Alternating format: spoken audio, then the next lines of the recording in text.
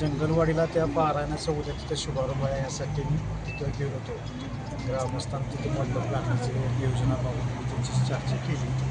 तिथून चर्चा करून मी परत माघारी फिरलो. दरम्यानच्या जंगलवाडी साखरवाडीच्या मध्ये एक भैरवनाथ देवालय आहे. या देवालयाच्या पाठीमागच्या बाजूला जराच्या मागच्या बाजूला लघवीसाठी उभा राहिला. लघवीसाठी उभा राहिला असताना साखरवाडी ही बाजू म्हणून आत्ताचे जिल्हा परिषदेला जे भाजपचे उमेदवार उभे आहेत माधवराव उर्फ मदन निवृत्ती काळभोर यांचे बंधू विश्वास निवृत्ती काळभोर हे त्या ठिकाणी आले. गाडीतनं पुढंच बसलेले होते. गाडीतनं उतरले आणि डायरेक्ट येऊन मला मारहाण करायला. मी जे बेसावत होतो, लघवीला उभा राहिला असताना बेसावत होतो. डायरेक्ट त्यांनी मला मारहाण करायला सुरुवात केली आणि मारहाण करून माझा पूर्णपणे शर्ट वगैरे फाडला. आणि तू ह्या ठिकाणी वर कशाला आला आहेस, तुझं काय काम आहे, तुला सांगितलं ह्या भागात फिरू नकोस, काय करू नकोस.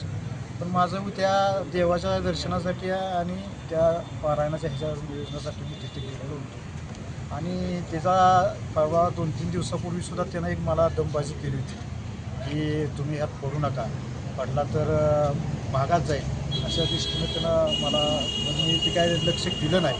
पण आज त्यानं अचानक माझ्या अटॅक केला आणि जीव घेणं असा हल्ला माझ्यावर करण्याचा प्रयत्न केला.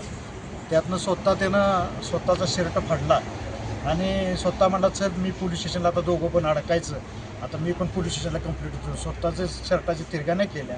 त्यांच्याबरोबर ते यात्रा कमिटीचे पालिगावचे दळवी म्हणून आहेत ते त्यांच्याबरोबर होते.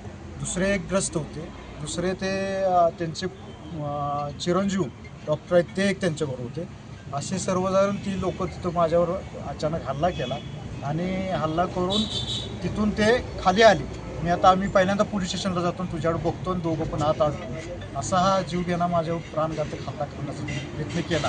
निश्चितपणे मी सुद्धा या जिल्हा परिषद गटामध्ये किंवा या चोर विभागामध्ये एक नेतृत्व करतो आणि नेतृत्व ही काय कुठल्या राजकारणापायी नाही, सामाजिक काम म्हणून मी करत असताना असा समाजाच्या कामाशी येणाऱ्या माणसाला ह्या निवडणुकीच्या निमित्तानं हे जे भाजपचे उमेदवार जे दहशतवाद जो या विभागात पसरवला जातो आणि गोरगरिबी जनतेच्या नाहक जनतेला त्रास देऊन मतं मिळवण्याचा यांचा आटोक्यात प्रयत्न. आता तुमची पुढची प्रक्रिया काय आहे? पुढची प्रक्रिया मी आता यांना पोलीस स्टेशनला मी माझी तक्रार दिलेली आहे. मला थोडंसं छातीमध्ये असं त्रास होतो आहे, मी जरा मेडिकल करून मी माझी माहिती NC देणार आहे.